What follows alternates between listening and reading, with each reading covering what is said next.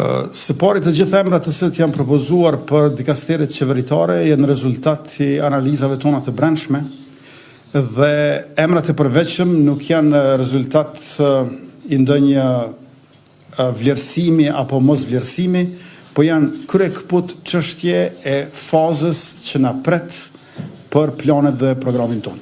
Rrjedhimisht të këtilla plane kemi edhe për emrat e përveçëm që u thanë këtu, për zonën Arbrije Nagavsi, për zonën Rozeta Hajdari, për zotëri Besnik Beslimin.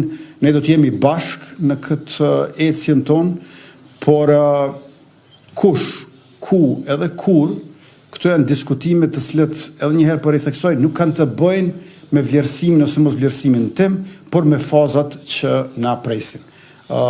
Kemi pas ndërrime të dikastereve, ndërrime të pozitave, dikush që ka qenë deputet është bërë ministër, e kështu me radhë, do të thonë absolutisht nuk bëhet fjalë për kurfar gjykimi ndëshkues të asaj çfarë kam prezantuar unë dje.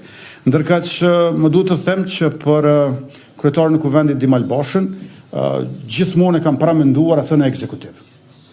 Pra për Kurti 3, unë kam menduar që Dimal Basha duhet të vijë në ekzekutiv.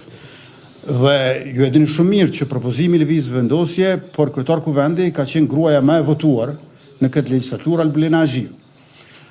Me qenë se u bë pamundur të ecim përpara me Albulena Azhiun dhe në ndërkohë na erdha gjykimi i gjykatës kushtetuese, gjykimi i saj i cili ishte për bindjen time të vazhdueshme i çuditshëm ku thuhet që duhet të provosh 3 herë, atëherë ne filluam të provojmë emra të tjerë.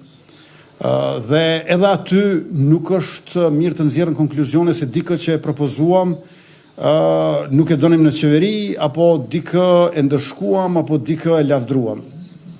Në fund u votua Dimali, unë besoj që Dimali e bën shumë mirë punën si kryetar kuvendi, gjatë kësaj periudhe, e cila është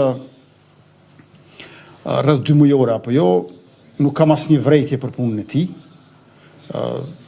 Edhe duke qenë të njëjtin subjekt politik si jemi ai dhe unë, por besoj që vlera e tij e madhe një mend do të ishte në ekzekutiv.